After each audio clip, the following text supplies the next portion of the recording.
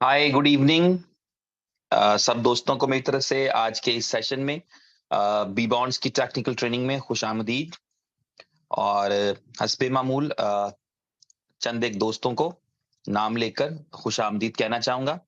दानिश खान हमारे साथ हैं, एमडी तौफीक हैं, रियाज गोरी हैं, यूसुफ हैं, अक्षय शर्मा जी हैं, और अ, पुंजा जी हैं, रजीत हैं, ओम प्रकाश हैं, लव कुमार हैं, दिनेश हैं, रामजस जाट हैं, सुरेश बाबू हैं, एनसी जोरवाल हैं, और महिंद्रा लोहार हैं, एमडी शाहिद आलम हैं, मौरवी नंदन हैं, और सिया राम शर्मा हैं, प्रकाश हैं, अफर अली हैं, रवि राज पॉल हैं, बेचैन कर्मकार हैं, संजय कुमार हैं, डॉक्टर जितेंद्र वर्मा हैं, अंकित घालोट हैं, चंदू दादा हैं, अमित सिन्हा हैं, राजमंडल हैं, तरुण जैन हैं, सुजीत कुमार हैं, पुलक मलिक हैं, अयूब हैं, नेमी हैं, सोहन लाल हैं, और बहुत सारे दोस्त हैं। आप सबका वेलकम है आज के इस सेशन में। पिछले 2-3 दिन में आप लोगों ने देखा होगा सोशल मीडिया के जरिए से, ना सिर्फ के ऑफिशियल सोशल मीडिया के जरिए, बल्कि आपने ओवरऑल जो है आपके नेटवर्क के अंदर देखा होगा, आपको मालूम चला होगा कि क्वालिफायर्स जो थे दुबई टूर के लिए, उन्होंने दुबई का ट्रिप किया, दुबई का विजिट किया, और हेड ऑफिस भी विजिट किया, और एक सेमिनार भी अटेंड किया। और इस तरह से वो 2 दिन का एक ट्रिप था, जिस ट्रिप के अंदर कोशिश की गई कि उनको ये समझने का मौका मिले कि वो जिस बिजनेस में काम कर रहे हैं, जिस कंपनी में काम कर रहे हैं, जिस प्रोडक्ट पर काम कर रहे हैं, वो प्रोडक्ट है क्या। और ये ट्रिप और इस तरह के ट्रिप्स का पर्पस यही रहता है ताकि लर्निंग हो सके। लर्न तो पहले कर रहे होते हैं, लेकिन एक्यूरेट इन्फॉर्मेशन जो है वो बहुत जरूरी होती है।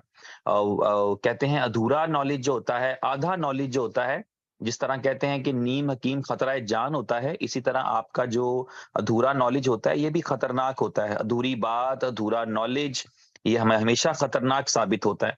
तो इसलिए इस तरह के ट्रिप्स का पर्पस ये रहता है कि ना तो आप चीजों को यानी इतना समझ जाएं आप कंपनी को, उसकी प्रोडक्ट को, कि ना तो आप उसको बढ़ा चढ़ाकर पेश करें, यानी लार्जर देन लाइफ कर दें, लार्जर देन रियलिटी कर दें, और ना आप इतना हो कि आपको यकीन ही ना आ पाए कि मैं सही कर रहा हूं या गलत कर रहा हूं। तो इस पूरे जो इवेंट था, ये जो एक्टिविटी थी दुबई ट्रिप वाली, इस एक्टिविटी के अंदर जो लोगों को चांस मिला, दोस्तों को, भाइयों को, बहनों को, जो सब आए थे, उनको ये मौका मिला कि वो ये अंडरस्टैंड कर पाए कि there is a company which is a real company, there are people, there is a founder, लोग हैं, काम कर रहे हैं, मेहनत हो रही है। They have seen hundreds of people working in the office actually, कि जो जो इनोवेशन फैक्ट्री के पेरोल पे काम करते हैं, और वो डेडिकेटेडली काम कर रहे हैं, मेहनत कर रहे हैं, सिस्टम को चलाने के लिए, बनाने के लिए, ठीक करने के लिए एफर्ट्स कर रहे हैं। तो इससे ये होता है कि मोराल अप होता है, हमें ये रियलाइजेशन होती है कि हम जहां काम कर रहे हैं, बेशक आज हर चीज परफेक्ट नहीं है, बेशक आज हमें मसाइल आते हैं, चैलेंजेस आते हैं, बट ये ओवरकम कर लिए जाएंगे। इन मसाइल और इन चैलेंजेस की वजह से ना कंपनी कहीं जाएगी, ना लोग कहीं जाएंगे। तो ये वाला जो एक होता है सिलसिला कार्य, बिल्कुल उसी तरह से है। आपने, अगर आप में से किसी ने कभी फार्मास्यूटिकल की कोई कंपनी की हो, तो आपको पता होगा कि सबसे पहले आपको स्टडी के लिए ब्रोशर्स मिलते हैं कि अपनी प्रोडक्ट को स्टडी करें, इसके इंग्रेडिएंट्स क्या हैं, ये किसने बनाई है, इसकी ऑथेंटिकेशन क्या है, इसको किसने अप्रूव किया है, ये इंसानी इम्पैक्ट पे किस तरह इफेक्ट करती है। पूरा आपको आधा कम से कम डॉक्टरी का नॉलेज मिलता है, तो आप जाकर के सेल्स रिप्रेजेंटेटिव बनते हैं। इसी तरह आपके पास दुनिया में कोई प्रोडक्ट रहेगी, जब आपके पास उस प्रोडक्ट का नॉलेज आएगा, तो फिर ही आप उसको रिकमेंड कर पाएंगे, फिर ही किसी दूसरे को बता पाएंगे, और फिर ही उससे फायदा कमा पाएंगे। तो ये ट्रिप का जो पर्पस था, उस पर्पस में सबसे इंपॉर्टेंट जो चीज रही, वो हमने सेकंड डे जो था, उसमें शंग्रीला इवेंट, आपने उसका नाम शंग्रीला इवेंट कह सकते हैं, एक्चुअली शंग्रीला होटल का नाम है। तो वो एक कॉन्फ्रेंस थी जो 10 AM पे शुरू हुई, और 6:30 तक वो जारी रही, 8.5 घंटे। और ये मैंने देखा कि मैंने इनमें से किसी को थकते हुए नहीं देखा। कोई ऐसा शख्स मैंने नहीं देखा कि जो वहां बैठा था और थका हुआ महसूस करा रहा था। हमारा टाइम खत्म हो चुका था, हमारा आधा घंटा ऊपर हो चुका था, लेकिन सुनने वालों में इतनी हिम्मत मौजूद थी कि उनको इतना ही टाइम और बिठा लिया जाए तो वो सुनने के लिए तैयार थे। क्योंकि coming from, directly coming from the house, जो है हॉर्सेस माउथ वाली सीन हो जाता है। कि आपको तमाम चीजें डायरेक्टली कंपनी से मिल रही होती हैं। जब आपको मिलती हैं मीडियम से, सोर्स से, तो वो ट्विस्ट हो जाती हैं, वो बदल जाती हैं। लेकिन यहाँ पर ये था कि सबके पास ये मौका मौजूद था कि वो डायरेक्टली जो है वो हर एक चीज को, जो कंपनी के फाउंडर कह रहे थे, वो सारी चीजें आप सुन सकते थे। इसके अलावा ये रहा कि एक सरप्राइज विजिट हो गया हमारे वहां पर उस मीटिंग के दौरान में। बॉलीवुड के जो सबसे बड़े स्टार मैं कहूंगा, इसलिए नहीं कि वो इस कंपनी के ब्रांड एम्बेसिडर हैं, इस वजह से कहूंगा कि हम, मेरी एज के जितने लोग हैं, मेरे से छोटे भी और मेरे से बड़े वाले भी, उन सब के अंदर उनका क्रिज्मा रहा है। उन्होंने जो है वो, उनकी पर्सनैलिटी जो है वो उनको किसी भी सेलिब्रिटी से बड़ा कर देती है। मैं संजू बाबा की बात कर रहा हूँ, संजय दत्त की बात कर रहा हूँ कि उनका जो क्रिज्मा है, उनकी जो पर्सनैलिटी है, चाहे वो 20 साल पहले थी या चाहे आज है, वो इतना है कि आप रह नहीं सकते। आप उनके फैन पहले से हैं, आप उनके फैन और हो जाते हैं। और down to earth humble personality. और उन्होंने वो टाइम निकाला और वो मीटिंग के अंदर आ गए, जबकि वो ऐसा कोई उनका पहले से कोई प्लान नहीं था। उमर भाई के साथ उनकी मीटिंग चल रही थी ऑलरेडी कहीं पे कोई, तो वहां से वो फिर साथ ही आ गए कि yes I am coming bro, no problem. मैं भी चाहूंगा कि जो आपके कम्युनिटी मेंबर्स आए हुए हैं, बांग्लादेश से हैं, इंडिया से हैं, पाकिस्तान से हैं, चंद एक कनाडा से हैं, इन सब से मैं मिल लूं, नो वरीज। तो उन्होंने थोड़ा टाइम स्पेंड किया, थोड़ा सा कुछ चंद एक शब्द भी कहे। तो ये जो पूरी एक्टिविटी थी, या जो पूरा जो चीज थी, इसके बाद कम से कम ये तमाम भाई लोग जो यहाँ पर मौजूद थे, इनका विजन बहुत क्लियर है। और क्लियर विजन जरूरी है, दुनिया में कामयाबी के लिए तो है ही है, इनोवेशन फैक्ट्री में कामयाबी के लिए भी जरूरी है।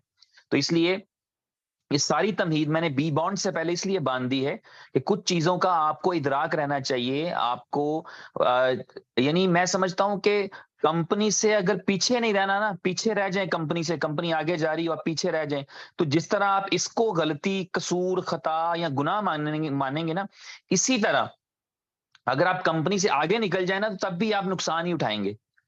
तो जब आपको जो चीज बताई जाती है, उस चीज से भरपूर इस्तेफादा करें। उससे आगे निकल जाएंगे तो फिर भी लूजर बनेंगे, उससे पीछे रह जाएंगे तब भी लूजर बनेंगे। तो कामयाबी किसमें है? कंपनी से कदम मिलाकर चलने से है। आप प्रिडिक्शंस देख रहे हैं 20 तारीख को लेकर के, कितनी सारी प्रिडिक्शंस हैं अबाउट 20th, कि 20 तारीख को बाइनेंस पे लॉन्च होने जा रहा है, ये लोग प्रिडिक्शन कर रहे हैं। 20 तारीख को कूकॉइन पे लिस्ट हो जाएगा, ये लोग प्रिडिक्शन कर रहे हैं। 20 तारीख को जो है वो स्टेकिंग शुरू हो जाएगी जी, BFIC की जो एक्चुअल स्टेकिंग है, ये लोग न्यूज दे रहे हैं। 20 तारीख को विड्रॉल आना बंद हो जाएगा और स्वैपिंग मिलना शुरू हो जाएगी, लोग ये न्यूज दे रहे हैं। 20 तारीख को जो है वो माई ड्रीम प्रोजेक्ट लॉन्च हो जाएगा, लोग ये न्यूज भी दे रहे हैं। 20 तारीख को बुलेटो लॉन्च हो जाएगा, लोग ये न्यूज भी दे रहे हैं। और ये सोच ही नहीं रहे, इस तरह की खबरों को लेकर के उसकी तैयारी करके चीजें कर रहे हैं। और ये सोच नहीं रहे कि 18 तारीख को अगर स्टेकिंग को एक्सटेंड ना किया, कई लोग ये बता रहे हैं कि 18 की तो बात है, 18 को स्टेकिंग मिलेगी, उसके बाद हो सकता है आपको दोबारा 10 दिन का टाइम मिल जाए। तो ये सारी चीजें मार्केट में अफवाहों की शक्ल में चलती हैं। और हकीकत क्या है, सच्चाई ये है कि आपको मैक्सिमम अपने आप को सिक्योर करना है कि आप आने वाले जितने भी दिन बचे हैं बी लव नेटवर्क के, उस दिन के अंदर ज्यादा से ज्यादा टोकन कमा पाएं। बेच आप दें अपनी मर्जी पे, बेच दें स्वैपिंग से, बेच दें बाहर बाहर, बेच दें अंदर अंदर, संभाल के रख लें, एक्सचेंज पे बेच दें, डिसेंट्रलाइज पे आए वहां बेच दें, वो सब बात की बातें। खुलासा ये है कि आपके पास मौका मिला है आपको। ये मुमकिन था, कंपनी ये कर भी सकती थी, कंपनीज कर देती हैं, आपको पता है कंपनीज किसी भी फैसले को ले सकती हैं, क्योंकि बीइंग कंपनी लीडर्स के तौर पे काम करी होती हैं। फैसला वो कर सकती हैं, उनके पास अथॉरिटी है, वो फैसला करती हैं। अच्छा भी फैसला साबित हो सकता है, वक्त के साथ बुरा भी साबित हो सकता है, लेकिन being a team, being a worker, हम उसको एक्सेप्ट कर रहे होते हैं हर एक, क्योंकि हमारे पास कोई दूसरा चॉइस नहीं होता। और हमने ये कमिट किया होता है जब शुरू कर रहे होते हैं कि yes we will follow you, हम आपको फॉलो करेंगे, जो आप करेंगे हम आपको फॉलो करेंगे।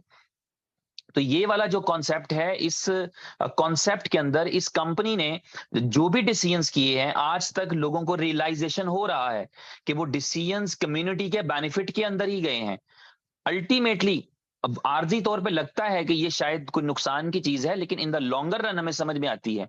यही वजह है कि आज तीसरा साल आपका मुकम्मल होने वाला है और आपकी कंपनी सस्टेन करती है। आज आप बड़ी बड़ी चीजें प्लान करते हैं, बड़ी बड़ी चीजें सोचते हैं, आज आप वहां से शुरू हुए थे जहां से आपके पास बहुत जो है वो लो लेवल की डेवलपमेंट टीम हुआ करती थी, फिर आपने अपने लेवल हायर किए और हायर किए। आज आप उस जगह पर खड़े हैं जहां मैनेजमेंट के अंदर आपके पास यूएसए से बेथ मौजूद है, आपके पास यूरोप से डेविड मौजूद है, आपके पास आपके अटॉर्नी मौजूद है यूएसए में आपकी रेगुलेशंस कराने के लिए, आपको अपॉर्चुनिटीज आपके लिए तलाश करने के लिए जॉनी मौजूद है, जिनकी 2-3 दिन पहले एक मीटिंग भी आपने अटेंड की होगी। तो ये आप आज ग्रोथ की तरफ जा रहे हैं, कम्युनिटी कमा रही है, पहले साल में जो कमाया था, दूसरे साल में जो कमाया था, तीसरे साल में जो कमाया है, हर साल कमाई बढ़ती चली जा रही है, कम नहीं हो रही। मैं नहीं समझता कोई ऐसा आदमी हमें मिलेगा जो बोलेगा फर्स्ट ईयर के अंदर मेरी अर्निंग जो है ना बहुत अच्छी थी, उसके बाद 2 साल से तो मैं फ्री बैठा हूं।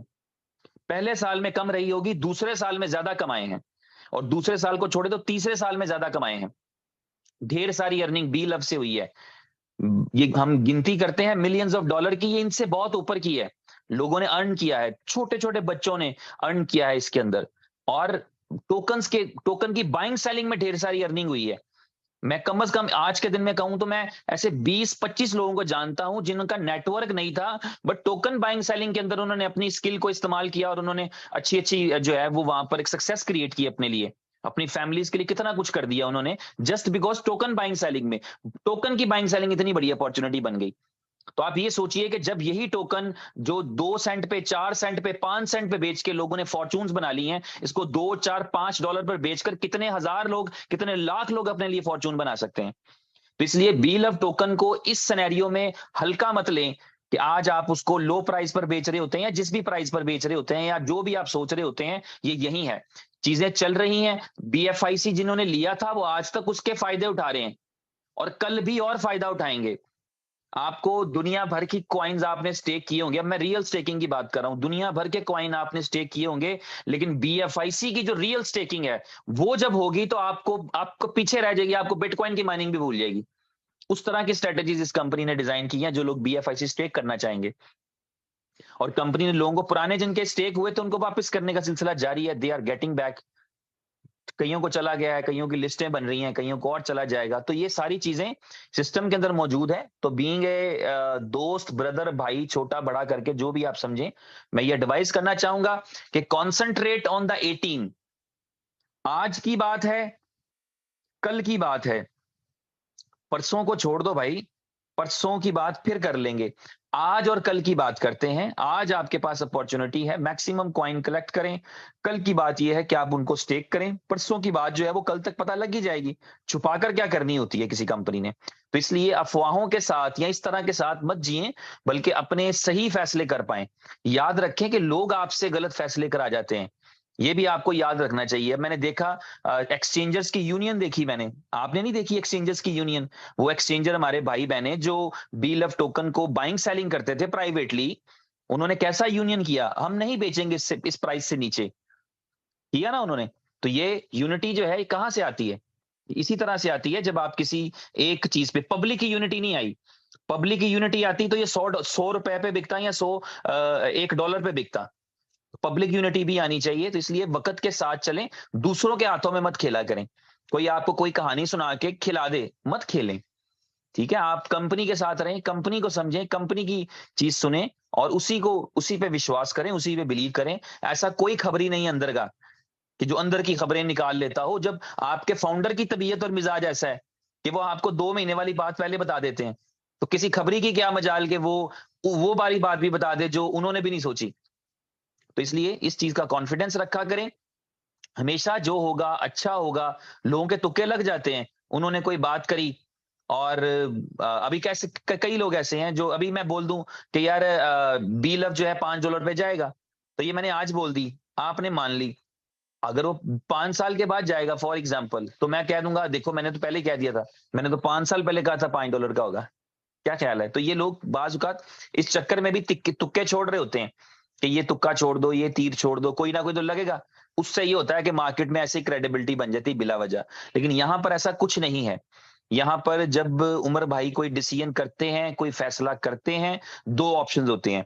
या तो वो तुरंत डायरेक्ट ही कम्युनिटी को बता देते हैं, और अगर कोई अहम फैसला हो, कोई चीज हो, तो अपने कोर लीडर्स के साथ डिस्कस करते हैं। वो आपको पता है कोर लीडर्स हैं, कोर लीडर्स की एक उन्होंने टीम बनाई है, ग्रुप बनाया है कंसेंसस करने के लिए, मशवरा करने के लिए, फीडबैक लेने के लिए। ये उनकी अपनी चॉइस रहती है, वो उस मशवरे को किस हद तक वो दुरुस्त जानते हैं, उस मशवरे से उनको क्या फायदा हासिल होता है, उस मशवरे से उनको क्या अंदाजा होता है कि उनका फैसला क्या रिजल्ट लाएगा। लेकिन वो कंसेंसस डेवलप करने के लिए वो भी करते हैं, अपनी कोर टीम के साथ मीटिंग भी करते हैं। तो ये वाला फॉर्मूला है। इसके अलावा ऐसा नहीं है कि उमर भाई ने कुछ सोचा, ना कोर टीम को पता है, ना उन्होंने खुद कम्युनिटी को बताया, और एक बंदा जिसको दुनिया में कोई ना जानता और वो कि हाँ जी मैं मुझे पता है कि ये होने जा रहा है। तो खैर ये एक स्टार्ट था। मैं इसी वजह से मीटिंग्स नहीं कर पाता ज्यादातर, के मेरे मौजूआत जो है वो बड़े स्कैटर्ड से होते हैं और मैं चीजें बखेर बखेर देता हूँ शायद समेटने की बजाय। लेकिन एनीवेज हम वापस बी बॉन्ड्स पे आते हैं। बी बॉन्ड्स के हवाले से थोड़ी सी मैं चंद एक अपडेट्स और टेक्निकल ट्रेनिंग जो है वो देना चाहूंगा। टेक्निकल ट्रेनिंग को मैं थोड़ा सा इस तरह से नहीं लेता कि मैं एक स्क्रीन शेयर करूं और आपके साथ आपको ये बताऊं कि ये सेल का बटन है, इसको दबाने पे सेलिंग का ऑप्शन आता है और आप ये यहाँ पर अमाउंट लिख के बटन दबाएंगे ट्रांसफर का, तो दूसरे का एड्रेस डालेंगे और उसको मिल जाएंगे। ये भी बताया जा सकता है। यानी मैं ये समझता हूं कि ड्राइविंग अगर सीखनी है तो आपको चाबी यहां से स्टार्ट होती है और रेस यहां पर है, एक्सीलेटर जिसे बोलते हैं, और ब्रेक यहां पर है। ये जरूरी है, लेकिन इन सबसे बढ़ के जो है रोड सेंस जरूरी है। सड़क पर चलते हैं तो गाड़ी को कैसे दूसरों से बचाना है और दूसरों को अपने से बचाना है, ये रोड सेंस है। तो रोड सेंस डेवलप करने के लिए मैं कोशिश कर रहा होता हूं। इवन के टॉपिक टेक्निकल ट्रेनिंग का है तो शायद मैं आपके साथ स्क्रीन ना शेयर कर पाऊं, लेकिन मैं आपको कुछ खुलासा बताना चाहूंगा कि ये बी बॉन्ड्स की अपॉर्चुनिटी किस तरह से हमारे लिए एक अपॉर्चुनिटी है। उसमें सबसे पहली चीज तो आपको ये ज़हन में रखनी चाहिए कि ये कॉन्सेप्ट है क्या। आपका कॉन्सेप्ट क्लियर रहना चाहिए, क्योंकि इसमें भी काफी सारे ख्यालात गुडमुड हैं। इसी तरह रेफरल कोड को लेके कल से काफी भाई दोस्त परेशान थे, मैसेजेस कर रहे थे कि जी रेफरल कोड मिल जाए तो बहुत ही अच्छा हो जाएगा। कल से ओटीपी का प्रॉब्लम आया हुआ था माइक्रोसॉफ्ट की तरफ से। नहीं, माइक्रोसॉफ्ट नहीं, जो गूगल की तरफ से लिया ना ओटीपी की सर्विस, उनकी तरफ से कोई एरर था जिसकी वजह से ओटीपीज नहीं आ रहे थे। वो शायद सुबह में दोपहर में आज कहीं रिजॉल्व हो गया था। तो इस ये भी चीज बस साथ कहना चाहूंगा कि हौसला रखा करें। अगर आपको ये लगता है ना कि आपके कहने से, आपके बताने पे मेरा फेसबुक का इनबॉक्स भी भर रखा था, ओटीपी नहीं आ रहा सर, और मेरे जो है वो व्हाट्सएप के ऊपर भी भर रखा था, ओटीपी नहीं आ रहा, वो मेरा भी नहीं आ रहा।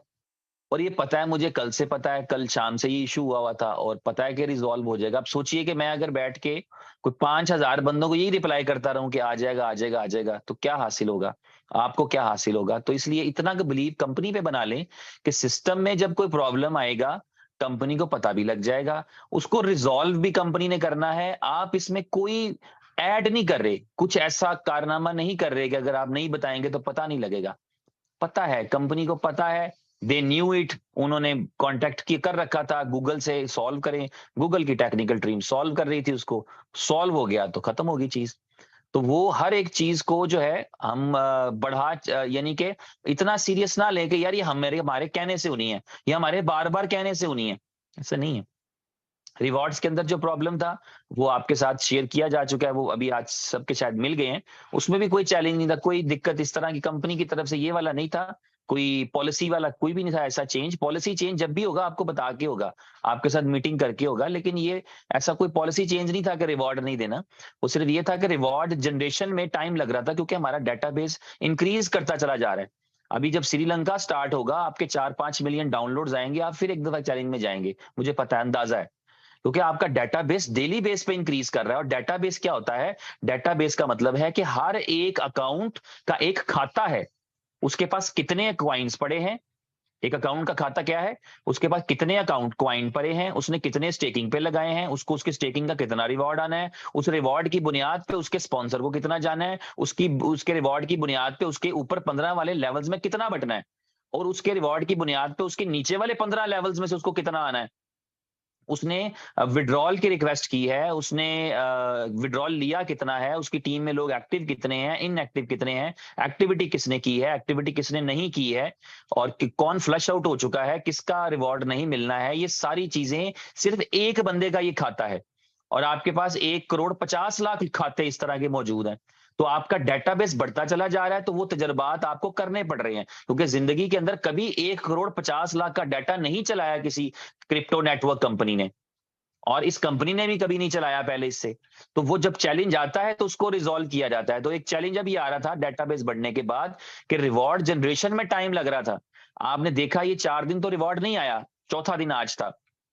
4 दिन रिवॉर्ड नहीं आया, लेकिन उसके साथ साथ ये था कि 4 दिन से पहले लेट आना शुरू हो गया हुआ था, देर से आ रहा था। सुबह आने की बजाय 10, 11, 12 बजे की बजाय वो रात को आया करता था, रात को 6 बजे, 7 बजे, बाद को सुबह हो जाया करती थी, सहरी के वक्त आया करता था। इतना डिले हो रहा था, उसने मजीद डिले होना था, उस पर कुछ काम करने की जरूरत थी। जब आप कुछ चीज को छेड़ रहे होते हैं, यानी आप जब कोई घर बनाना शुरू करते हैं ना, कि इसकी दीवारें और छतें तोड़ के दोबारा बनाओ, तो फिर आप उसमें रह नहीं पाते उस कमरे में, उस कमरे को आपको आर्जी तौर पे छोड़ना पड़ता है। तो इसलिए नए रिवॉर्ड्स जो हैं वो बैकएंड पे दूसरे सिस्टम में जनरेट हो रहे थे, यहां पर शो नहीं कराए जा सकते थे, क्योंकि यहां पर काम हो रहा था। जैसे ही वो काम कंप्लीट हो गया, अब आप ये देखेंगे, ये टेक्निकल टीम का दावा है कि अब आपके नेक्स्ट जो रिवॉर्ड आया करेंगे वो टाइमली आया करेंगे, वो आपको इन टाइम मिल जाएंगे, वो आपका जैसे ही सुबह हुआ करेगी 10, 11, 12 बजे के टाइम पे आपको मिल जाया करेंगे। तो ये उसमें एक फिक्सेशन की गई, सॉल्व किया गया उस प्रॉब्लम को। इसी तरह बहुत सारी दूसरी चीजें हैं जिनके अंदर प्रॉब्लम्स आते हैं, उन प्रॉब्लम्स को रिजॉल्व किया जाता है, उन प्रॉब्लम्स को सॉल्व करने की कोशिश की जाती है, ताकि वो प्रॉब्लम्स सॉल्व हो और मुस्तकबिल में दोबारा परेशान ना करें। इसी तरह अब आप आज आपके पास विड्रॉल पड़े हैं, विड्रॉल मिल जाएंगे। विड्रॉल के हवाले से बहुत सारी अफवाहें हैं कि कंपनी 19 को विड्रॉल देगी, 20 को देगी। क्यों करेगी ऐसा? आप में से बहुत सारे लोगों को अगर ये लगता है तो वो गलत सोचते हैं कि यार कंपनी ऐसी कोई प्लानिंग रखती है कि इसके पैसे खा जाए और उसके कम दे और उसके बाद में दे, ऐसा कोई इरादा नहीं। कल कल तो लोगों के सामने कहा, कल यहां पर मीटिंग में उमर भाई ने कहा, लेकिन उससे पहले उनकी सख्त इंस्ट्रक्शन है कि भाई 17 की रात तक जो विड्रॉल लगे दे दिया जाए, वो भी नहीं रखना। 18 को कोई बंदा ये ना कहे कि मेरा डायरेक्ट रिवॉर्ड पेंडिंग था, अगर आया होता तो मैं लगा देता, मेरा कमीशन पेंडिंग था वो आया होता तो मैं लगा देता, मेरी स्टेकिंग को पेंडिंग थी वो आई होती तो मैं लगा देता। जिसका जो भी बनता है वो उसको दे भी दीजिएगा, रिवॉर्ड भी दे देना है और रिवॉर्ड का विड्रॉल भी दे देना है। यानी उमर भाई ने यहां तक कहा कि जो 17 तारीख को लोगों के रिवॉर्ड आएंगे, वो 17 की रात 18 शुरू होने से पहले उनको पहुंचा दीजिएगा, ताकि 18 को उनके पास फ्री हैंड हो, रखने हैं, बेचने हैं, लगाने हैं, जो भी करना है खुद मुख्तारी से अपना फैसला करें। तो इस तरह की चीजें छोटी छोटी सोचना कि कंपनी शायद हर टाइम, कंपनी पैसे बचाने वाली होती तो इस तरह खर्च करती। आप में से कईयों को पता है कि ये कहा जाता है कि कंपनी तो बहुत बेदरे खर्च रही है, इस यहां पार्टिसिपेट कर, वहां पार्टिसिपेट कर, इस एक्सपो में जा, उस इवेंट में जा, उस कंट्री में इवेंट कर, लोगों को यहां बुला। ये एक्सपेंस है, ये खर्चा है। Millions of dirham company office पे एक्सपेंस करती है, फॉर व्हाट रीजन? लोग 4 बंदे एक कमरे में बैठ के कंपनी चला रहे होते हैं, क्योंकि उनको कुछ थोड़ा सा काम करना होता है। अब यहां पर एक लॉन्ग टारगेट है, एक लंबा प्लान है, आपको स्टॉक मार्केट तक जाना है, आपको पता नहीं क्या कुछ करना है। तो ये सारी चीजें जो है वो आपके इस ख्याल को छोड़ दें, इस ख्याल को जहन से निकाल दें कि इस कंपनी के जहन में यही रहता है कि आज का रिवॉर्ड नहीं दूंगी तो कल मैं ऐसे कर दूंगी। इतना फारिग टाइम नहीं है इस तरह की फजूल प्लानिंग्स करने के लिए। लोगों के जो कॉइन्स हैं वो लोगों की मलकियत है, इसीलिए कहीं पे कंपनी ने इंटरफियर नहीं किया। किसी का दिल किया ना, वो 5 सेंट जब 2 सेंट का था लोगों ने 4 पे बेचा, कंपनी ने इंटरवीन नहीं किया कहीं पे। 2 सेंट का था, लोग 3 सेंट 4 सेंट का बेचते थे, 5 सेंट का भी बेचा होगा, नहीं इंटरवीन किया। 5 सेंट का लोग 4 का, 3 का 2 बेचते हैं, नहीं इंटरवीन किया। लोगों की चॉइस है, लोगों की मर्जी है, बेचने वाले की मर्जी, खरीदने वाले की मर्जी, do whatever you want to do. तो इस तरह का नैरेटिव जो लोग बिल्ड कर रहे होते हैं वो अपने जाती मकासद और मफाद के लिए कर रहे होते हैं कि पता नहीं हम इस तरह से क्या कर ये कर लेंगे और वो कर लेंगे। ठीक है, एनीवेज वापस बी बॉन्ड पे आते हैं। टाइम तो मेरा पूरा हो चुका है, लेकिन मैं कोशिश करूंगा अगले 10 मिनट में आपको एक्सप्लेन कर सकूंगे what are the B bonds. B bonds को समझने से पहले आपने समझना है बॉन्ड्स क्या होते हैं। बॉन्ड्स होते हैं, गवर्नमेंट्स इशू करती हैं जनरली। यूके की गवर्नमेंट भी इशू करती है, इंडिया पाकिस्तान की गवर्नमेंट्स भी इशू करती हैं, और दुनिया के हर मुल्क की गवर्नमेंट्स बॉन्ड्स इशू करती हैं। अच्छा, बॉन्ड्स क्यों इशू करती हैं? Demand and supply. Demand and supply क्या होती है कि आपके पास सरकार नोट नहीं छाप सकती किसी वजह से, फॉर एग्जांपल, और वो मार्केट में प्राइस गिरी होती है पैसे की versus other currencies, foreign exchange currencies के साथ, डॉलर के साथ इधर उधर आपका प्राइस कम होता है क्योंकि आपकी सप्लाई ज्यादा होती है। ऐसे में गवर्नमेंट्स क्या करती हैं? वो बॉन्ड्स इशू करती हैं। बॉन्ड एक पेपर होता है, सादा पेपर, जिसपे एक सीरियल नंबर लिखा होता है, उसकी एक वैल्यू होती है, जैसे 10,000 का, 20,000 का, 5,000 का, 500 पाउंड का, जितने की भी वैल्यू का होगा। यानी उस आम तौर पे उस डोमिनेशन, वो एक बड़ी डोमिनेशन का होता है बॉन्ड। तो सरकार क्या करती है कि आपसे ले लेती है, ये दे दो 40,000 रुपए, और 40,000 रुपए के बदले ये बॉन्ड ले लो। यानी मार्केट से सप्लाई उठाना चाह रही होती है सरकार। दुनिया के हर देश की सरकार क्या चाहती है कि मार्केट से अपनी सप्लाई उठा ले। जो नोट छाप के मार्केट में दिया था ना, जिसकी वजह से महंगाई, गुर्बत, बेरोजगारी बढ़ रही है, उस बॉन्ड को देकर वो सप्लाई उठा ले, वो नोट वापस ले ले लोगों से। तो सरकार क्या करती है कि पांच, मिसाल के तौर पे 500 अरब के नोट छापने की बजाय 500 अरब लोगों से ले लेती है, और उनको बदले में वो कागज दे देती है जिसे कहते हैं बॉन्ड। और वो बॉन्ड चूंकि सेंट्रल बैंक ने, स्टेट बैंक ने, गवर्नमेंट ने इशू किया होता है, इसलिए उसको रुपीस के या मनी के इक्विवेलेंट माना जाता है। वो पैसों के बराबर माना जाता है। लोग अपने लिए उसको खरीदते बेचने में उसको पैसों के बराबर मानते हैं। अक्सर जगहों पे वो चल रहा होता है, सिर्फ उसकी लोगों को ये यकीन हो कि ये असली है, तो वो बिल्कुल पैसों के बराबर ही माना जाता है। स्कूल फीस में भी चलता है, रोशन ग्रासरी में भी चलता है, एनीवेयर हर दुकानदार जिसको ले रहा होता है, हर बैंक उसको वापस ले रहा होता है, एक्सचेंजर्स बने हैं जो उसको वापस ले रहे होते हैं। तो वो एक पूरा अलग से एक इकोनॉमी बॉन्ड्स के ऊपर भी चल रही है।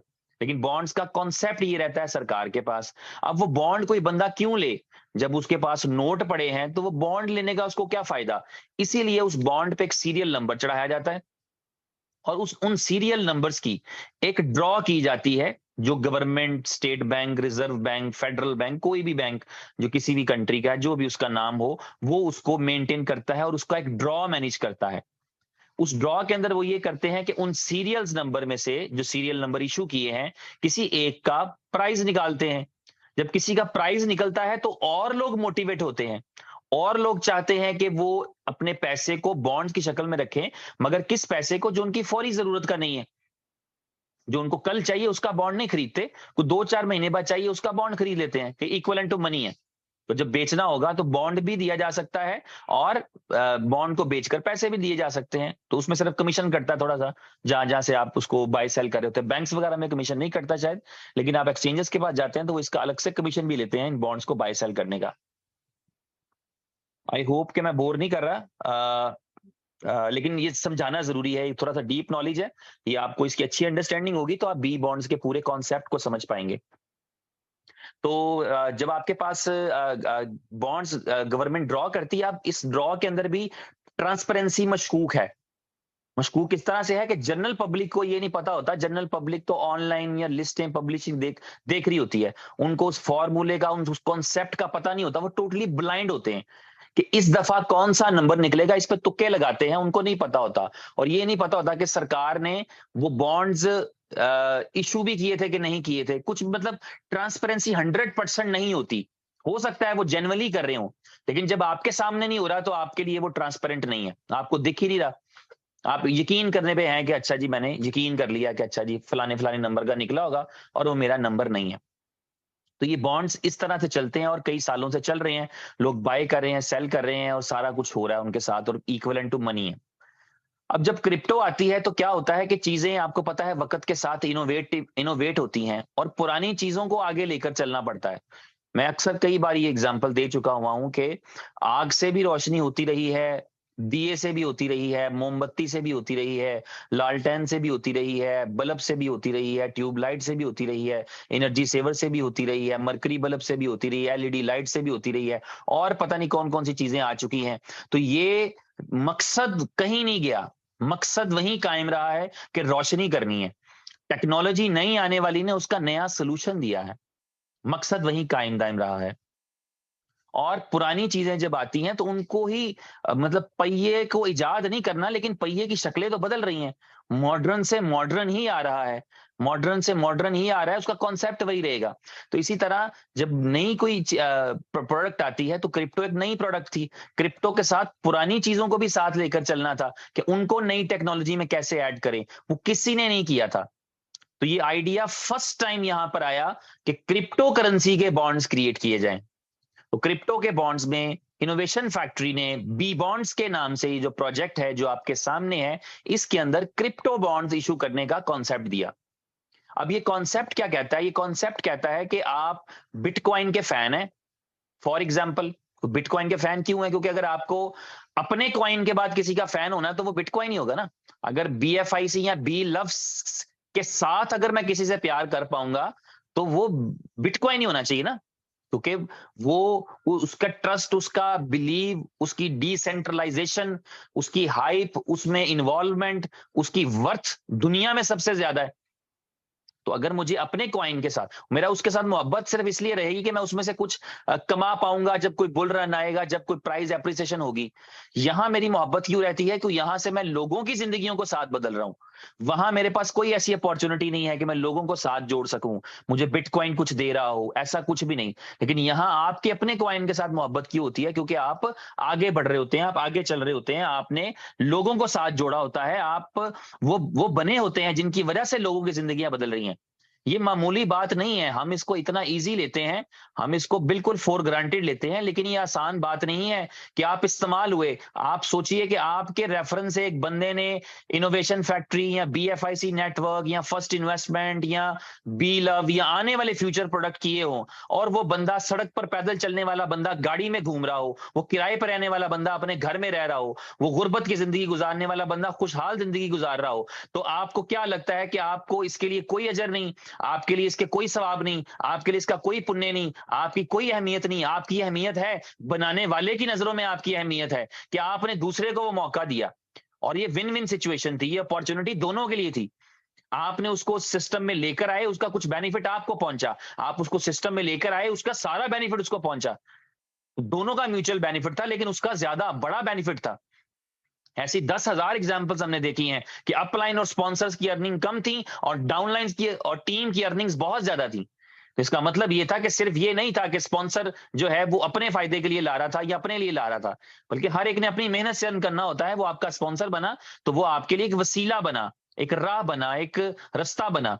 तो उस रास्ते की जो है वो उस चीज की कोई अहमियत है कि आपका जो आप जिसको इंट्रोड्यूस करते हैं आपके ऊपर कोई ब्लेसिंग है, तो आप उसका कारण बने हैं कि आप उसको अच्छे सिस्टम में ला रहे हैं, आप अच्छी जगह पर लेकर के आ रहे हैं। आप बुरी भी तो 100 कंपनियों में लोगों को लेकर गए हैं जहां लोगों ने नुकसान उठाया है, तो आप एक अच्छी कंपनी में लेकर के आएंगे तो जहां आपको वहां आपकी इज्जत, रिस्पेक्ट, रेपुटेशन गई, वहां उस कंपनी से आपकी इज्जत, रिस्पेक्ट, रेपुटेशन भी वापस आ सकती है, जो लॉन्ग टर्म काम करती है, या लॉन्ग टर्म काम करने का जज्बा रखती है, या लॉन्ग टर्म काम करने का इरादा रखती है।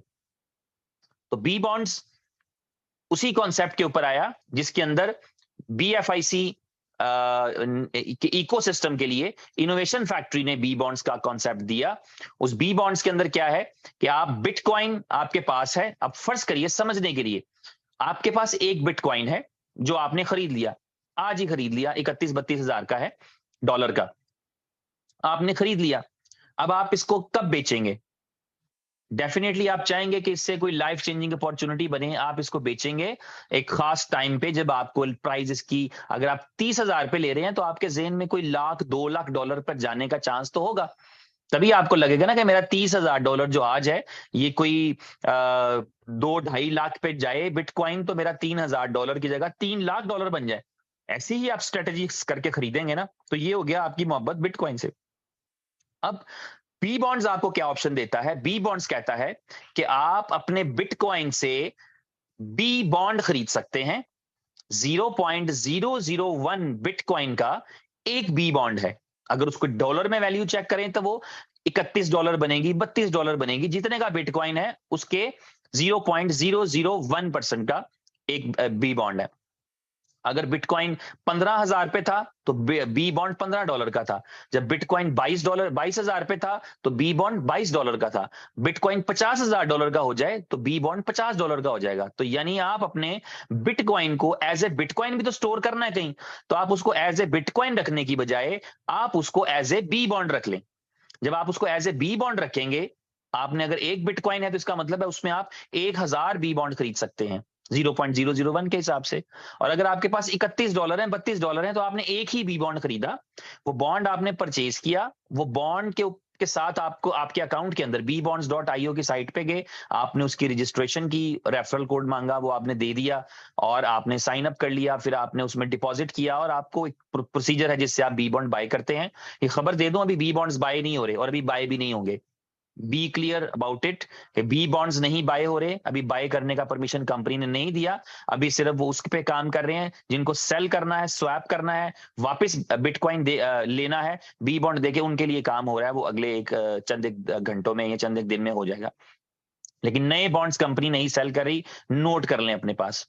तो अभी तो बी बॉन्ड जो है वो आपने 0.001 बिटकॉइन के अगेंस्ट ले लिया, एक लिया या 1000 लिए या 100 लिया, आपको बॉन्ड्स मिल गए। वो बॉन्ड्स के सीरियल नंबर आपको नजर आ रहे हैं आपकी वेबसाइट के अंदर। आप देख पाएंगे कि ये मेरा बॉन्ड है, 0.01 बिटकॉइन के इक्विवेलेंट है और ये इसका सीरियल नंबर है 22 33 35 46 55 60, इस तरह एक सीरियल नंबर, दूसरा सीरियल नंबर। आपने 10 बॉन्ड लिए थे, 10 सीरियल नंबर, आपके 10,000 बॉन्ड थे, 10,000 सीरियल नंबर, आपका एक बॉन्ड था, एक सीरियल नंबर। ये अब आपको नजर आ रहे हैं सीरियल नंबर और बॉन्ड आपके पास पड़ा है। अब आप सोचिए कि कंपनी ने किया कि अब बॉन्ड इशू कर दिया है बिटकॉइन की इक्विवेलेंट और अब रिवॉर्ड देना है। तो रिवॉर्ड इनामात रखे हैं इस पे कि आप विन कर सकते हैं, आपके कुछ प्राइज मिलेंगे आपको इस बी बॉन्ड की वजह से जो आपने खरीद रखा है। उससे पहले बता दूं कि इसका जो ड्रॉ का पैटर्न है वो कंपनी ने इंटरनल ड्रॉ करने की बजाय इसका पैटर्न रखा कि अभी आगाज है, अभी लोगों को सब चीजें चाहिए, ट्रांसपेरेंसी चाहिए और दूसरों से बेहतर स्ट्रेटेजी चाहिए। तो कंपनी ने इंटरनल ड्रॉ करने की बजाय, कोई मैकेनिज्म, कोई सिस्टम, कोई सॉफ्टवेयर लगाने की बजाय, कोई पर्चियां डालने की बजाय एक सिस्टम दिया। वो सिस्टम ये है कि अमेरिका की एक लॉटरी है जिसे कहते हैं पावर बॉल। ये यूएसए की लॉटरी है पावर बॉल। इस यूएसए की पावर बॉल लॉटरी का महीने में कोई 12-15 ड्रॉ होते हैं। लेकिन वो चूंकि एक बड़ी लॉटरी है, वो 2-2 बिलियन डॉलर के बॉन्ड बेचती है हर 2 दिन में, एक दिन में, क्योंकि वो $2 की पर्ची बेचती है अमेरिकन स्टोर्स पे, परचून की दुकानों पे, ग्रोसरी पे, स्टोर्स पे, मेडिकल स्टोर्स पे पड़ी होती हैं। आप वहां से जाके कहें ये मुझे 2 पेप्सी दे दो और एक जो है वो पावर बॉल की लॉटरी का टिकट दे दो, तो वो आपको $2 में वो भी दे देगा। वो बड़ी लॉटरी है, पूरा यूएसए, पूरा अमेरिका ही खेलता है उसको, क्योंकि उस पर प्राइस भी बहुत बहुत बड़े बिलियंस के निकलते हैं। तो वो एक ट्रांसपेरेंट तरीके से ड्रॉ करते हैं, उनका एक प्रूवन सिस्टम है। फ्लोरिडा में उनका एक स्टूडियो है, अमेरिका के जो स्टेट है फ्लोरिडा, उसके अंदर वो उसका ड्रॉ करते हैं, लाइव वो ड्रॉ करते हैं, जनता पब्लिक के सामने करते हैं। बॉल्स उन्होंने डाली होती हैं, उन बॉल्स के में से बॉल्स निकलती हैं और वो सीरियल नंबर बनाते हैं और इस तरह से निकल आता है। ठीक है, तो ये वाला उनका कॉन्सेप्ट है। तो इस कंपनी ने क्या किया, बी बॉन्ड्स ने, कि हम पावर बॉल के ड्रॉ को फॉलो करेंगे। पावर बॉल का महीने में एक ड्रॉ जो है वो हम फॉलो करेंगे और वो पहले बता देंगे कि कौन सा होगा। ठीक, तो अब आप ये सोचिए कि आपके पास बी बॉन्ड्स पड़े थे, पावर बॉल का ड्रॉ बता दिया गया पहले कि इस ड्रॉ के रिजल्ट को हम फॉलो करेंगे। तो उस ड्रॉ का जो रिजल्ट आएगा, उस ड्रॉ के रिजल्ट के ऊपर जो है आप क्या करेंगे कि अपना नंबर देखेंगे। वो जो रिजल्ट आएगा वो जरूरी नहीं कि आपको बी बॉन्ड की साइड पे दिखे, आप जाकर के पावर बॉल की साइड पे भी देख सकते हैं। आप जाकर, यानी जहां आपको दिखता है वहां जाकर आप देख सकते हैं पावर बॉल का जो ड्रॉ ड्रॉ रिजल्ट है। तो उस ड्रॉ रिजल्ट में अगर आपका मैच कर रहा होगा, अब मैचिंग क्या करनी है, अगर आपका पूरा सीरियल नंबर मैच कर गया तो आपको 10 बिटकॉइन मिलेंगे। अभी ये आपकी लक है, ये आपका चांस है कि वो उस ड्रॉ के अंदर जो 12 नंबर आए वो 12 के 12 आपके पास मौजूद हो और आप 10 बिटकॉइन विन कर जाएं। 10 बिटकॉइन मतलब लाइफ चेंजिंग अपॉर्चुनिटी। अगर आपके 12 नंबर मैच नहीं किए और आपके सिर्फ 10 नंबर मैच किए तो आपको क्या मिलेगा, यू विल गेट 5 बिटकॉइंस। अगर आपके 10 नंबर मैच नहीं किए बल्कि आपके शुरू के 8 नंबर मैच किए, ये शुरू वालों में है, शुरू के नंबरों से शुरू हो रहा है, शुरू के 8 मैच किए तो 2.5 बिटकॉइंस। अगर आपके शुरू के 6 नंबर मैच किए तो 1.25 बिटकॉइन, बड़ी अमाउंट है ये भी। और अगर आपके शुरू के 4 नंबर मैच किए तो 0.1 बिटकॉइन।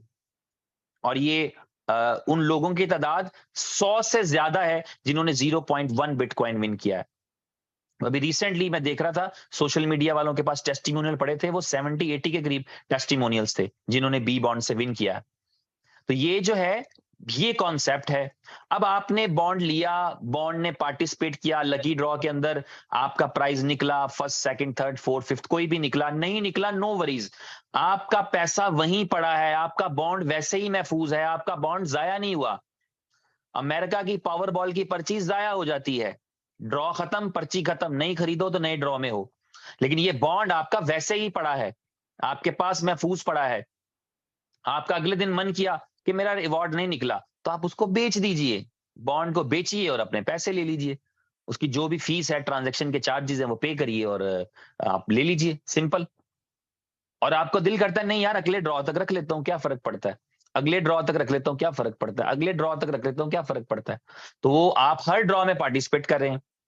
अब मीनवाइल क्या हो रहा है कि बिटकॉइन की प्राइस बढ़ रही है, फॉर एग्जांपल बिटकॉइन की प्राइस चलेगी $1,00,000 पे।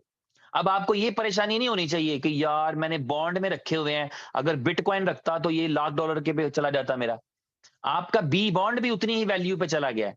वो बॉन्ड जो आपने 30,000 पे खरीदा था, $30,000 का जब बिटकॉइन था और आपने $30 का बॉन्ड खरीदा था, अगर बिटकॉइन की कीमत $1,00,000 हो जाए तो आपके बॉन्ड की वैल्यू भी एक की $100 हो गई। और अगर आपने एक बिटकॉइन के खरीदे थे बॉन्ड्स, तो आपका एक बिटकॉइन $1,00,000 का है, अब आपके बॉन्ड्स भी $1,00,000 के हैं, जब उनको विड्रॉ करेंगे, उनको स्वैप करेंगे, तो आप $1,00,000 ही निकालेंगे, क्योंकि आपको उतना ही बिटकॉइन मिलेगा जितना आपने दिया था, 0.01, सिवाय उसके जो डिडक्शन होती है उसमें।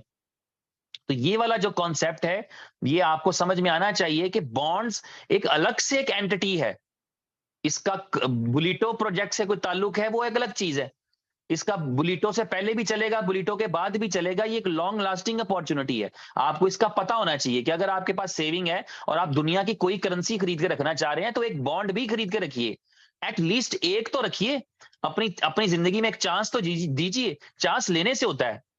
आपको अगर पता है कि नहीं पता, चले मैं आपके इल्म में इजाफा कर दूं, चले इससे बाइनेंस का धंधा बढ़ जाएगा। बाइनेंस के अंदर एक ऑप्शन है बाइनेंस पे, बाइनेंस पे के ऊपर एक छोटी सी लॉटरी चलती है, $1 से होती है, वो आप उसको खेलते रहे, मैं उसको ऐसे ही खेलता रहता हूँ, ऐसे ही ऑप्शन आती है कि आप प्ले करना चाहते हैं, प्ले कर देता हूँ जस्ट फॉर, ऐसे ही कभी कहता है वो इसके बदले में $5,000 का प्राइस है, इसके बदले में है। आपको लक ट्राई करते रहना चाहिए, क्योंकि ट्राई करने वाले को तो हासिल होता है। आई डू रिमेंबर, मुझे किसी ने एक स्टोरी सुनाई थी आज से 20 साल पहले, कि किसी बंदे की, कि यार वो बंदा जो है वो पता नहीं यूरोप में कहीं चला गया और बड़ी पुअर फैमिली से था। तो मैंने पूछा कि मैंने कहा अच्छा, मैंने कहा उस जमाने में जाना तो थोड़ा सा डिफिकल्ट रहता होगा, अभी तो चलो साइंस का दौर है, टेक्नोलॉजी, हम ऐसे ही पढ़ते पढ़ते रहते हैं, एम्बेसीज की साइटें पढ़ लेते हैं, क्या रिक्वायरमेंट है, ये वो, ट्रैवल एजेंट बहुत मिलते हैं। उस टाइम पे किस तरह से था, तो उसने मुझे कहा कि वो बंदा बड़े एक सरप्राइजिंग तरीके से, बड़े एक जो है वो ऐसी अनहोनी चीज से वो विन करके गया है वहां पर यूरोप के अंदर, के किसी की सोच होगी। मैंने पूछा क्या, तो उसने मुझे सिगरेट का एक ब्रांड बताया जो अब शायद मिलता भी नहीं है, बड़ा लोकल सा को ब्रांड था उस जमाने में। तो वो सिगरेट का ब्रांड था जो ये कहता था कि अगर आप सिगरेट पीते हैं तो जो डब्बी होती है, डब्बी पे ना नाम वगैरह फिल करके हमें भेज दिया करें, तो हम आपको एक ड्रॉ में पार्टिसिपेट करेंगे जिसकी बिना पे आपको हम ऑफर देंगे वहां पर जो है वो अब्रॉड जाने का। तो वो बंदा सिगरेट भी नहीं पीता था, उसके दोस्त सिगरेट पीते थे, तो वो दोस्तों में से दोस्त सिगरेट पी के डब्बी फेंक देते थे, दोस्तों को कोई बिलीव नहीं था कि इससे जाया जा सकता है। बोलता दोस्त तो सिगरेट पीते डब्बी फेंक देते, वो डब्बी लेके उस पे अपना नाम लिख के, अपना जो है वो घर का पता या जो भी उस जमाने में फोन नंबर होता था वो लिख के, लैंडलाइन का दौर था, तो वो लिख कर तो वो पोस्ट कर दिया करता था। और इस तरह वो डब्बियां पोस्ट करता रहा 6 महीने, और 6 महीने बाद वो उसको कॉल आ गई, उसको लेटर आ गया, उसको लेने आ गए कि भाई आपका जो है वो आपने विन कर लिया। पता नहीं स्वीडन का था या कहीं से टोबैको कंपनी थी कोई, तो वो वहां पर चला गया और फिर वहीं पे उसी अपॉर्चुनिटी से आगे वो वहीं पर सेटल भी हो गया।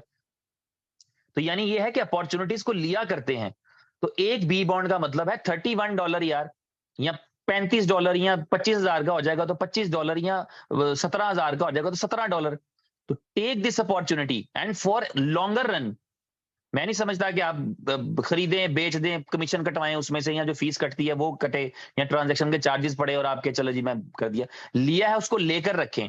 और बी बॉन्ड्स के अंदर एनुअल ड्रॉ भी एक आ रहा है, एक 6 मंथ वाला ड्रॉ भी आ रहा है, उसके अंदर विनिंग के चांसेस इतने ज्यादा है कि आपकी सोच होगी। उसमें विनिंग के चांसेस ये हैं कि फॉर एग्जाम्पल एनुअल ड्रॉ है, उस एनुअल ड्रॉ में क्या होगा कि जिसने अपना बॉन्ड 1 साल तक संभाल के रखा है, उन बॉन्ड्स के दरमियान सिर्फ ड्रॉ होगा, पावर बॉल से ताल्लुक नहीं होगा। यानी डेफिनेटली किसी का निकलेगा। यहां तो चांसेस है ना, ऐसा भी हो सकता है, वैसे हुआ कभी नहीं लेकिन ऐसा हो सकता है कि किसी का भी ना निकले, देयर इज पॉसिबिलिटी। लेकिन जब आप एनुअल ड्रॉ करेंगे उसमें डेफिनेटली किसी एक का निकलेगा, क्योंकि सिर्फ उनके दरमियान ड्रॉ किया जाएगा जो अवेलेबल बॉन्ड्स हैं, जिन्होंने 1 साल से होल्ड करके रखा है। आपने आज बॉन्ड खरीदा है, 1 साल के बाद आप उस कैटेगरी में हैं जहां आप एनुअल ड्रॉ के अंदर पार्टिसिपेट करेंगे। तो थोड़ी देर के लिए मान लीजिए कि 1 करोड़ बॉन्ड बिके और 98 लाख बॉन्ड बिके भी और खरीदे भी गए और ट्रांसफर भी हो गए, सब कुछ हो गया। और 2 लाख बॉन्ड ऐसे हैं जो बिल्कुल कहीं नहीं गए, जिन्होंने 1 साल तक उसको होल्ड करके रखा है। तो वो जो होल्डिंग वाले बॉन्ड्स होंगे उन 2 लाख के दरमियान ड्रॉ होगा और डेफिनेटली एक विन करेगा।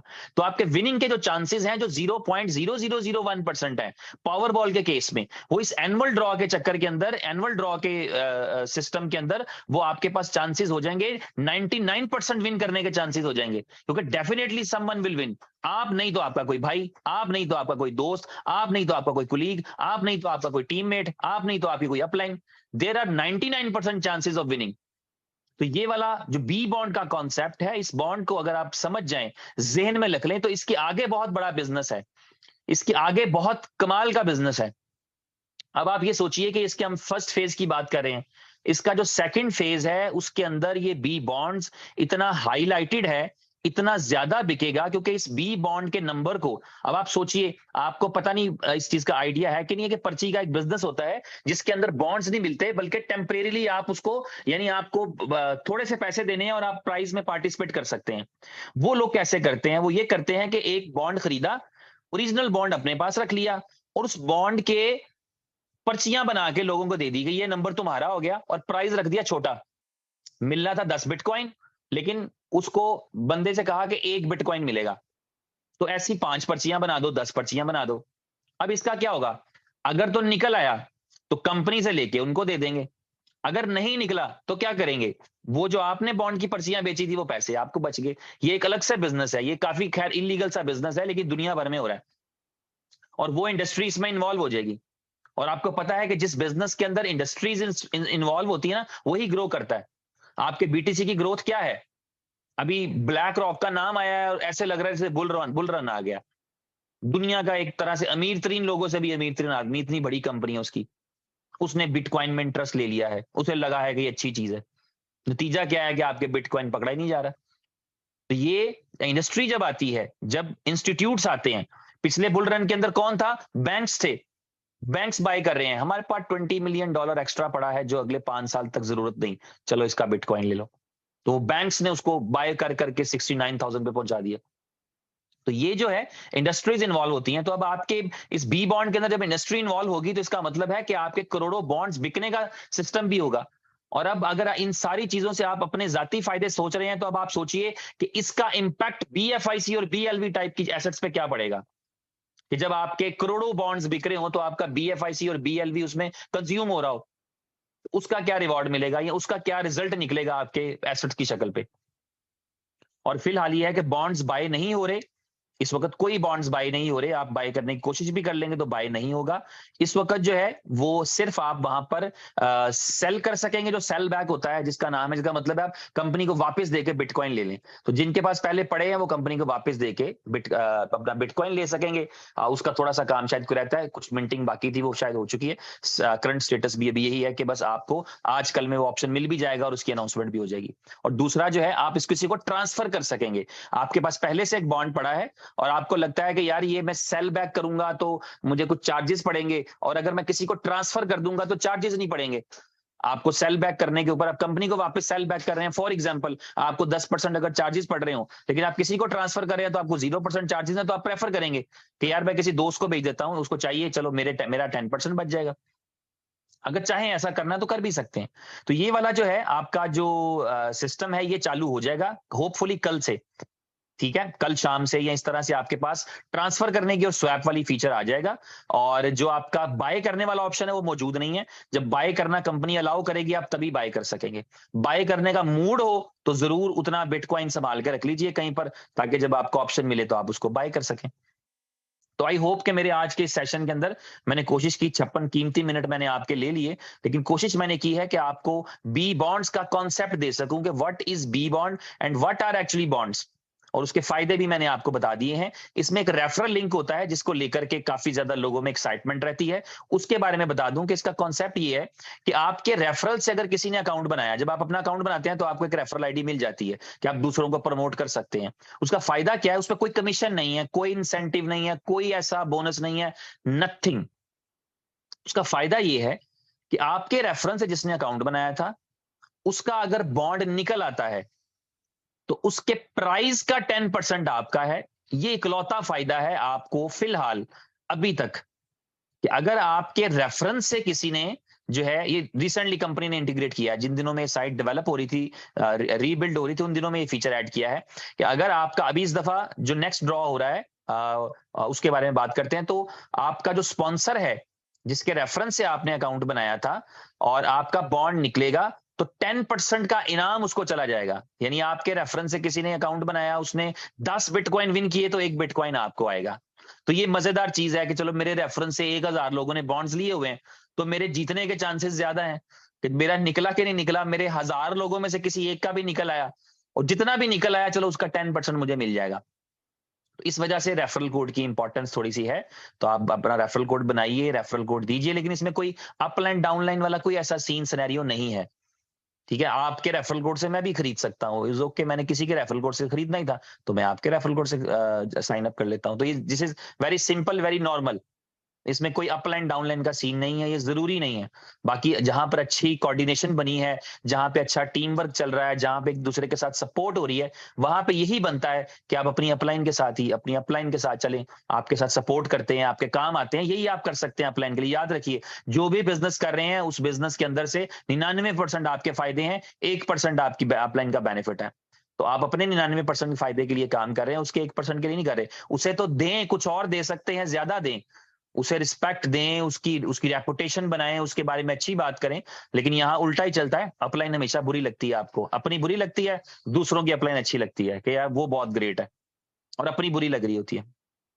तो एनीवेज, तो ये इसका रेफरल कोड का सिस्टम इस तरह से चलेगा। जैसे भी आप साइन अप करना चाहें, जो आपकी सहूलत है, आप साइन अप कर सकते हैं रेफरल कोड के साथ। किसी का भी रेफरल कोड चलेगा, कोई मसला नहीं है। इससे आपकी टीम नहीं हिलती। आपकी टीम का मेंबर था, उसने किसी और के रेफरल कोड से बॉन्ड ले लिया, तो परेशान ना हो, कोई बात नहीं। वो आपकी टीम नहीं कहीं गई, वो आपके स्ट्रक्चर में, नेटवर्क में ही आपकी टीम है ना। अदरवाइज तो उसने बॉन्ड वहां ले लिया तो उसकी मर्जी थी, उसको अच्छा लगा, जो भी उसका सिलसिला है। तो इसमें कोई ऐसी रुकावट, कोई ऐसी परेशानी नहीं है। ये बिल्कुल एक अलग से एक इंडिपेंडेंट बिजनेस की स्ट्रेटेजी है। और जो आपका नेक्स्ट ड्रॉ है वो होने जा रहा है 25 तारीख को। इसको भी कॉन्सेप्ट को समझ लें।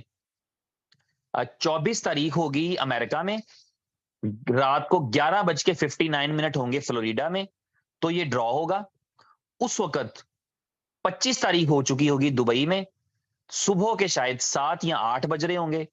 इंडिया में 8:30 बज रहे होंगे, दुबई में 7 बज रहे होंगे, पाकिस्तान में 8 बज रहे होंगे, बांग्लादेश में भी 8:30 बज रहे होंगे। तो वो जो टाइम है उस टाइम पे वो ड्रॉ होना है। तो जब हम इसे कहते हैं ना कि ड्रॉ की डेट 25 है, तो उसका मतलब ये होता है कि दुबई टाइम 25 सुबह 8 बजे। जबकि जब हम पावर बॉल की साइड पे जाके देखेंगे तो ये हमें 24 के ड्रॉ में नजर आएगा। हमें दिखेगा कि 24 जुलाई का ड्रॉ है, जो 11:59 पे 11 बज के रात को 59 पे हुआ फ्लोरिडा के अंदर। वो 1 घंटे में दो नहीं करते, इसलिए वो क्लियर रहेगा कि ये वो वाला ड्रॉ है जो 24 को उन्होंने करना है, 24 की रात को, 24 खत्म होने से पहले 1 मिनट पहले। तब हमारे यहाँ 25 हो चुकी होगी, इसलिए हम उसकी डेट 25 अनाउंस करते हैं। तो इसका मतलब होता है हम 24 वाले ड्रॉ की बात कर रहे हैं जो पावर बॉल का फ्लोरिडा में होगा। तो बस इतना ही मेरी तरफ से, और थैंक यू वेरी मच मेरी बातों को सुनने के लिए। अपना ख्याल रखिए, और फिर मुलाकात होती है। इंग्लिश वाली मीटिंग वेडनेसडे को मेरी है, उसमें आपकी मेरी मुलाकात होगी। Thank you very much, so nice of you, take care, God bless you all.